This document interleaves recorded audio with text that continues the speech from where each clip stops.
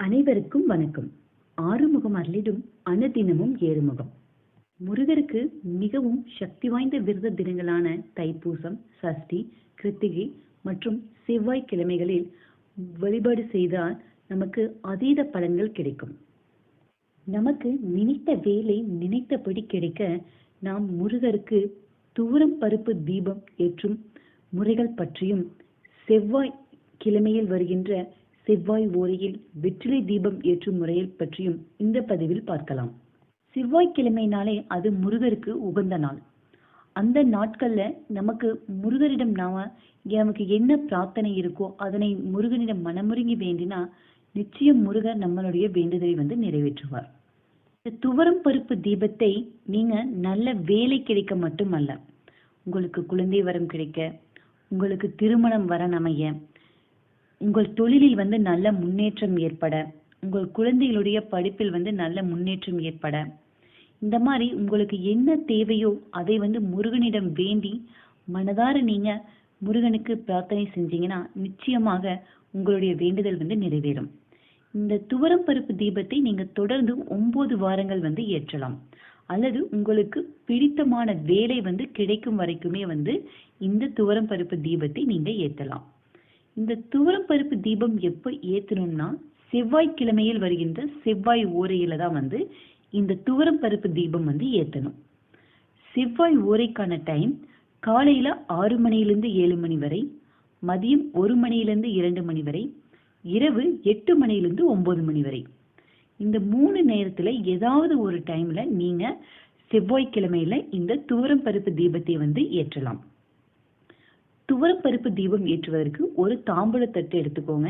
அதுல மஞ்சள் குங்குமம் எல்லாம் இட்டு வச்சுக்கோங்க. அடுத்ததா 2 அகல் விளக்கு எடுத்துட்டு அந்த அகல் விளக்குக்கும் மஞ்சள் குங்குமம் எல்லாம் இட்டுட்டு வைக்கணும். அடுத்து அந்த தாம்பூல தட்டுல 2 கைப்பிடி அளவு துவரம் பருப்பு சேர்த்துருங்க. அடுத்ததா அகல் விளக்கி அதுல வச்சு நெய் தீபம் ஏற்றி வழிபடணும். பொதுவா நல்லெண்ணெய் ஏற்றுவதை விட நெய் தீபம் ஏற்றி வழிபட்டோம்னா நம்மளுடைய பிரார்த்தனைக்கு அதீத பலன்கள் கிடைக்கும். நீங்க நெய் தீபம் போட்டு வழிபட்டீங்கன்னா அது மிகவும் சிறப்பானதா இருக்கும். அதுலயும் முக்கியமானது, இந்த துவரம் பருப்பு தீபம் ஏற்றும் போது நீங்க சிவப்பு திரி போட்டுதான் விளக்கு ஏத்தணும். நாம நார்மலா வெள்ளை திரி போட்டுதான் விளக்கு ஏத்துவோம். ஆனா இந்த துவரம் பருப்பு தீபத்துக்கு விளக்கு ஏற்றும் போது நீங்க சிவப்பு திரி போட்டு நீங்க விளக்கு ஏத்தணும். முதல்ல உங்களுடைய பூஜை அறையில விளக்கு ஏற்றுவதற்கு முன்னால உங்களுடைய நிலைவாசல விளக்கு ஏற்றிக்கோங்க.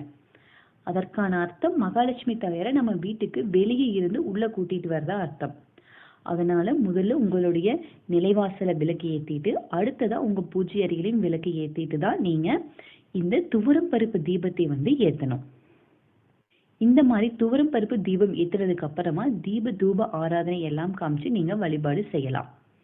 அடுத்து கடவுளுக்கு நெய்வேத்தியமா ஏதாவது பால்ல தேன் கலந்தோ இல்ல நாட்டு சர்க்கரை கலந்தோ இல்ல ஏதாவது ஒரு ஸ்வீட்ஸோ இல்ல ஒரு ட்ரை ஃப்ரூட்ஸோ கடவுளுக்கு நெய்வேத்தியமா படிக்கணும். அதோட வேல்மாறல் படிச்சீங்கன்னா உங்க தொழில நல்ல முன்னேற்றம் ஏற்படும். உங்களுக்கு குழந்தை வரம் வேணும்னாலும் நீங்க திருப்புகள் படிக்கலாம். நல்ல வேலை கிடைக்கணும்னாலும் அதற்கான திருப்புகளை படிக்கலாம். இந்த மாதிரி முருகருக்குரிய பாடல்களை நீங்க படித்தீங்க அப்படின்னா உங்களுடைய பிரார்த்தனைக்கு அதீத பலன்கள் இருக்கும். அது மட்டுமல்ல, முருக வழிபாட்டின் போது முருகருக்கு உகந்த பூக்களான செவ்வரளி, மஞ்சள் நிறமுடைய பூக்களை நாம படைத்து வழிபாடு செய்யணும். நீங்க துவரம் பருப்பு தீபம் ஏற்றினதுக்கு அப்புறமா இந்த துவரம் பருப்பை மறுபடியும் நீங்க வீட்டுல யூஸ் பண்ண கூடாது. இந்த துவரம் பருப்பு எடுத்து நீங்க சமைக்க கூடாது. இந்த துவரம் பருப்பை நீங்க அடுத்த நாள் எடுத்து அதை பறவைகளுக்கு உணவா போடலாம். அப்படி போடுங்க. அது இல்லாம வீட்டுல நீங்க யூஸ் பண்ண கூடாது. பொதுவா கடவுளுக்கு படைத்த எந்த பொருளையுமே நாம மறுபடியும் நம்மளுடைய தேவைக்காக நாம யூஸ் பண்ண கூடாது.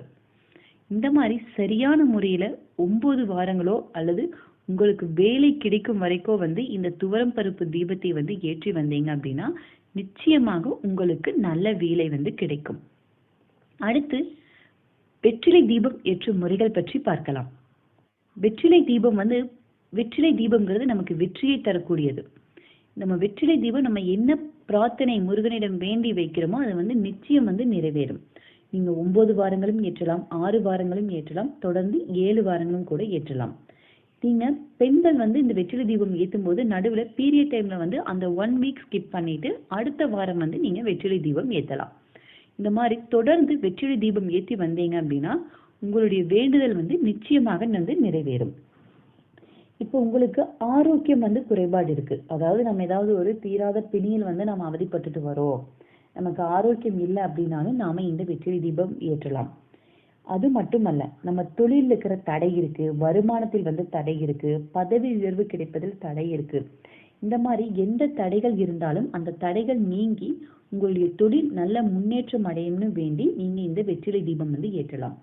உங்களுடைய குழந்தையுடைய படிப்பு, குழந்தைகள் நல்லபடியா படிக்கணும், குழந்தைகள் முதல் பெரியவர்கள் வரை அனைவருக்குமே நல்ல ஞானம் வந்து இருக்கணும்னு நினைச்சீங்கனாலும் இந்த வெற்றிலை தீபத்தை நீங்க தொடர்ந்து ஏற்றி வந்தீங்க அப்படின்னா உங்களுக்கு அதீத பலன்கள் வந்து கிடைக்கும்.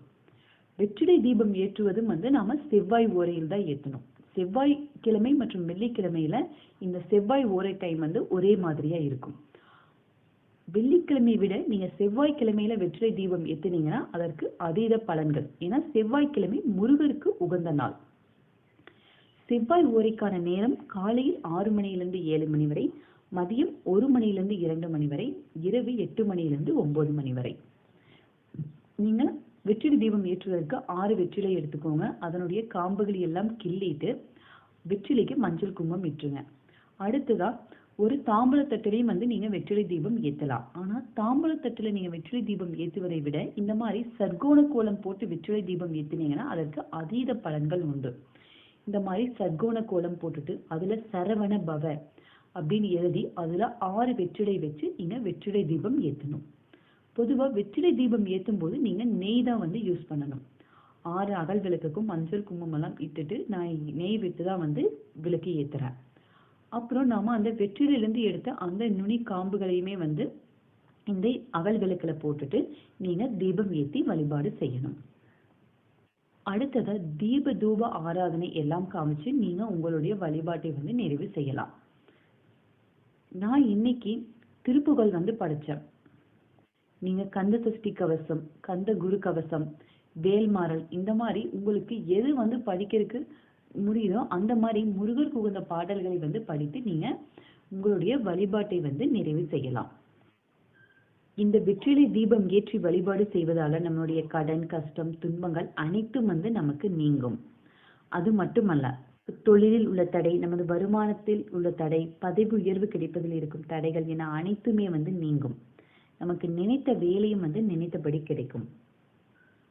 நல்ல ஆரோக்கியம் வேண்டும், உங்களுக்கும் உங்க குடும்பத்தில் எல்லோருக்கும் நல்ல ஆரோக்கியம் வேணும்னு நீங்க இந்த வெற்றிலை தீபத்தை வந்து ஏற்றி வழிபாடு செய்யலாம். இந்த மாதிரி தொடர்ந்து 9 வாரங்களோ அல்லது 7 வாரங்களோ வெற்றிலை தீபம் ஏற்றி வழிபாடு செஞ்சீங்கன்னா அதற்கான பலன்கள் வந்து உங்களுக்கு நிச்சயம் வந்து கிடைக்கும். இந்த வீடியோ பிடிச்சிருந்தா லைக் அண்ட் சப்ஸ்கிரைப் பண்ணிக்கோங்க. தேங்க்ஸ் ஃபார் வாட்சிங்.